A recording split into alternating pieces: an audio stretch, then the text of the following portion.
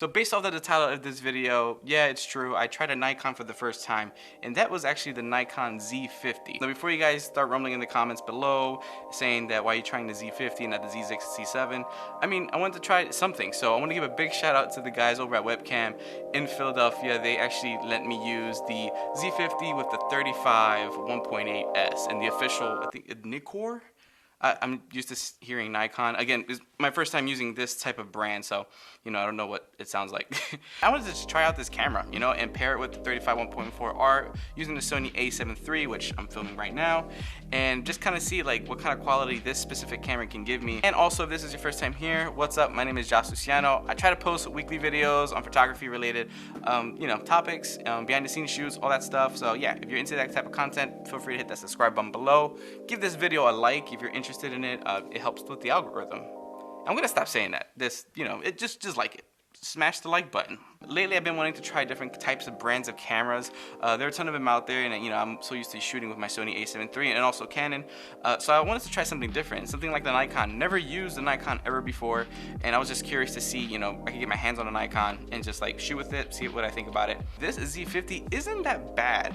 There are a few things that, you know, I had issues with. One of the issues I did have was syncing my Godox trigger to this. Now, granted, my Godox trigger is a Sony trigger, but you know, you can still shoot manual. I mean, I've done it with Canons, you can even do it, I believe, with Fuji, but for some reason the trigger was not working and it wouldn't pop flash, and it was like weird. So I don't know what happened there. I even called a friend of mine to see if he'll help. The flash isn't working. I don't know, do I need a specific flash for the Nikon to work with the 8200?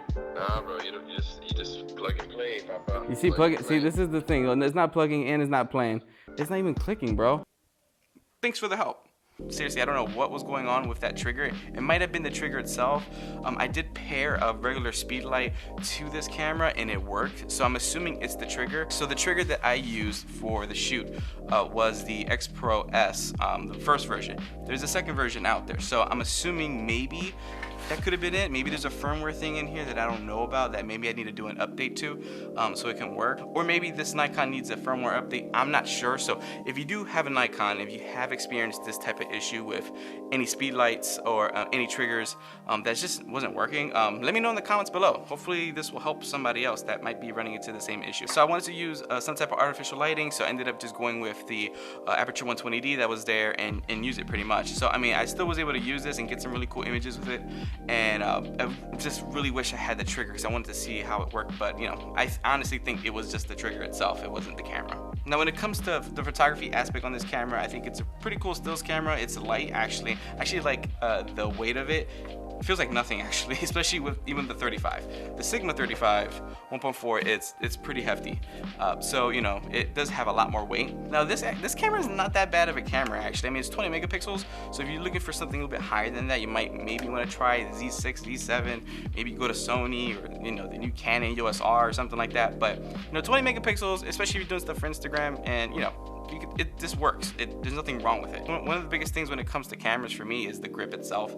I've been used to DSLRs, but now I've been shooting with A7 III. I really enjoyed using that grip.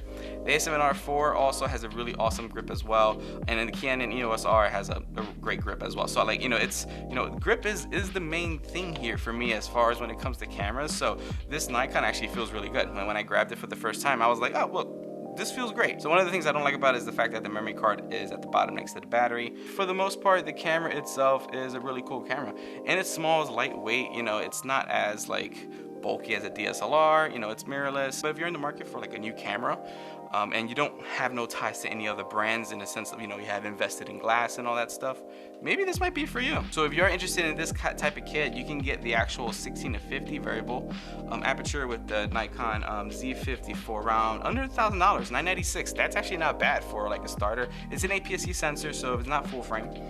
But if you wanted the body by itself, it's about $856. So if you have like, you know, other Nikon glass and you just need like either like a B camera or something like that, then you know, this might be for you. So would I recommend this camera? I mean, for sure. I mean, it works. I mean, it's a tool. You can totally use it. I mean, there are some things that I would prefer that I have on the Sony A7 III, But you know, I probably would never switch to a Nikon because I'm just not used to that. You know, it would either be, you know, getting a Canon camera or Fuji or something like that. If you want something more than just photography related stuff, then you know, maybe you want to jump into maybe a Sony a6600 that has a lot of better video capabilities. I would totally recommend you trying out these cameras and lenses by just renting them, whether it's Borrow Lenses or lensrental.com, and check them out. You know, it doesn't hurt to pay like 60 or maybe $100 for an entire week.